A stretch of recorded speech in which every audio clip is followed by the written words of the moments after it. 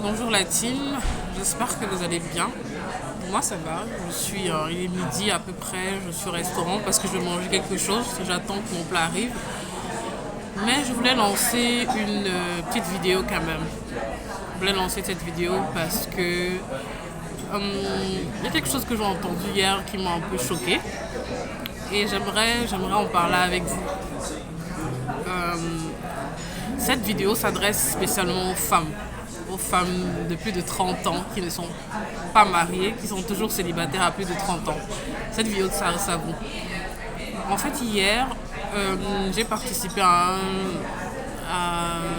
un call en fait sur Zoom avec un groupe dans lequel je suis.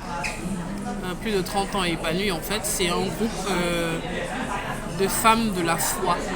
Des femmes de foi qui sont chrétiennes en fait. Ça veut dire chrétienne, ça veut dire en fait des femmes qui veulent marcher avec le Seigneur, qui ont plus de 30 ans, qui ne sont pas mariées et tout. Donc hier on avait une rencontre sur Zoom où on parlait et il y a une qui a exprimé quelque chose qui m'a un peu choquée et que je voudrais partager aujourd'hui avec vous. En fait elle a dit en fait, on parlait de la pression de la famille, de la société envers des femmes comme nous qui, à un certain âge, ne sont toujours pas mariées. Et elle a dit en fait qu'on l'a tellement stressée en ce début d'année par rapport à ça et que une de ses tantes lui a dit que fait même un enfant en fait. Et elle a dit oui, elle va faire son enfant en 2023. Elle a 32 ans, elle va faire son enfant en 2023 pour que les gens la laissent tranquille. Et là, on était un peu choqués, surtout la modératrice. Et moi, pareil, j'étais choquée par ça. Je veux dire qu'en 2023, il y a encore des femmes qui se laissent stresser par la société et la famille. Vous savez quoi? Comme je l'ai dit là, j'ai plus de 30 ans et je suis toujours pas mariée en fait. Et tout comme vous, j'ai souffert de la pression, de la famille, de la société. Non, une femme à un certain âge doit déjà se marier et tout, mais à la fin, ce qu'il en ressort en fait, c'est que j'ai décidé que personne ne va plus m'imposer quoi que ce soit.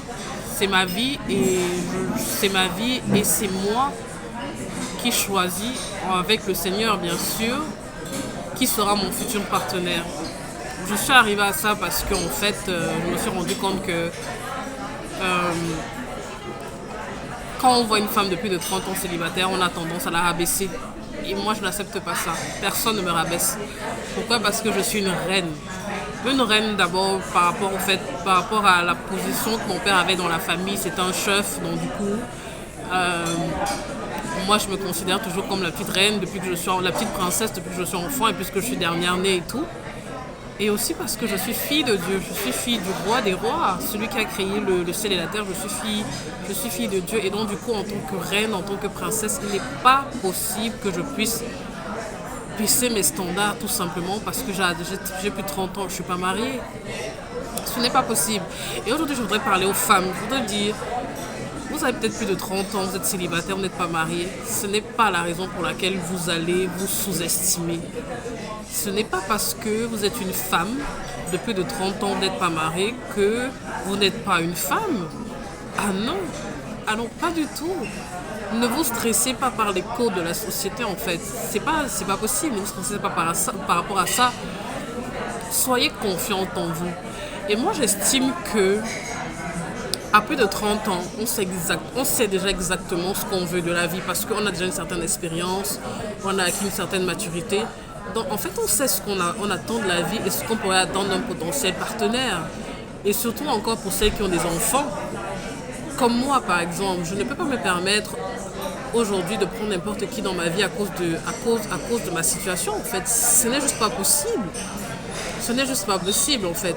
Il faudrait quelqu'un qui soit comme moi. Quand je dis comme moi, c'est dans la mesure où moi je suis une personne, je travaille beaucoup sur moi. Je travaille vraiment beaucoup sur moi et j'essaie toujours de passer devant la face du Seigneur et de demander Seigneur, qu'est-ce que je dois améliorer? Qu'est-ce que tu penses que je dois améliorer chez moi en ce moment? Qu'est-ce que tu penses que je peux changer? Et j'essaye ça, que ce soit dans mes relations avec les autres personnes, ma vie sociale, j'essaye vraiment de demander au Seigneur qu'est-ce qu'il faut changer. Et aussi, dans ma vie professionnelle, je suis toujours en quête d'avancement, en quête d'élévation, en quête de grandir. Et c'est vraiment ce qu'il faut faire. Donc moi je pense qu'à 30 ans, on sait déjà un peu ce qu'on veut de sa vie. On a déjà une certaine maturité, les bases sont là. On sait déjà ce qu'on attend de la vie et d'un partenaire.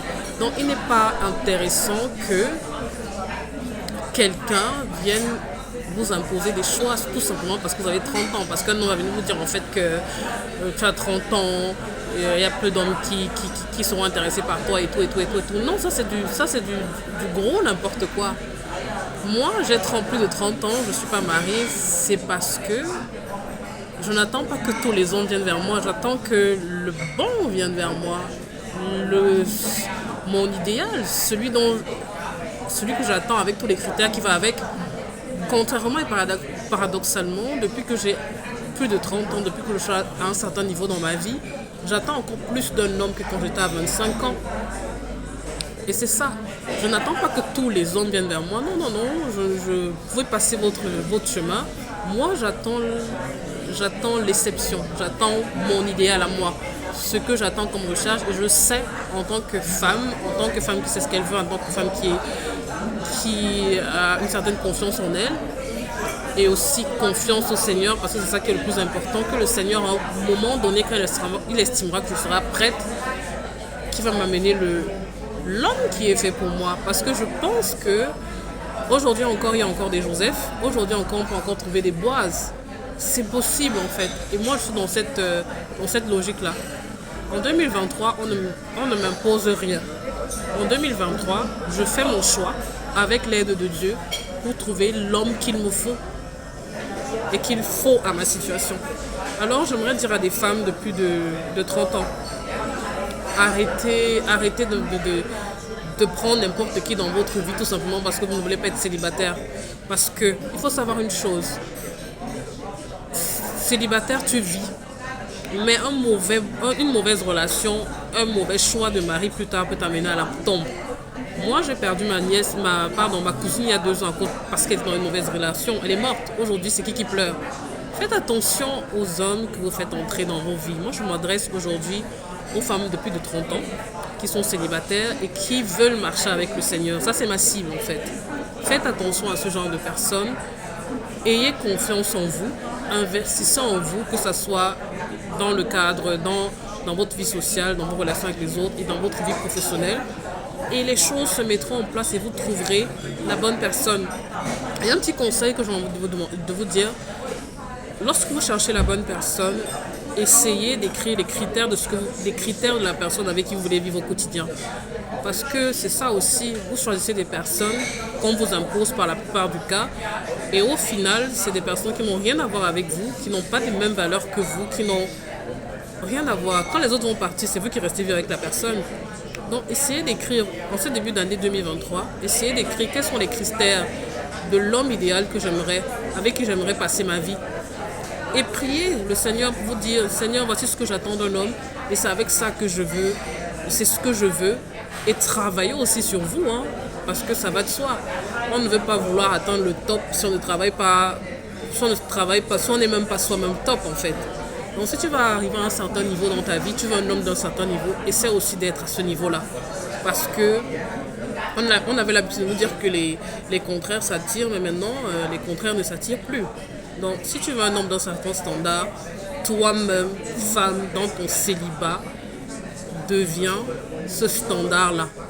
Et pour finir, le célibat, ce n'est pas une fatalité, ce n'est pas une malédiction. C'est une période où tu dois être mis à part avec le Seigneur pour travailler sur toi, pour travailler sur ce que tu vas atteindre, pour grandir. Et quand le moment viendra, tu auras la bonne personne. Ne t'impose pas des fausses relations tout simplement parce que tu as peur de la solitude. Ah ben non. Parce que si tu penses que le célibat c'est fuir la solitude, ça veut dire que tu es en problème avec toi-même. Ça veut dire qu'avec toi-même tu ne peux pas être seul. Et il faut commencer à traiter ça en 2023. Arrêtez les fausses relations dans lesquelles vous êtes là. Arrêtez ça.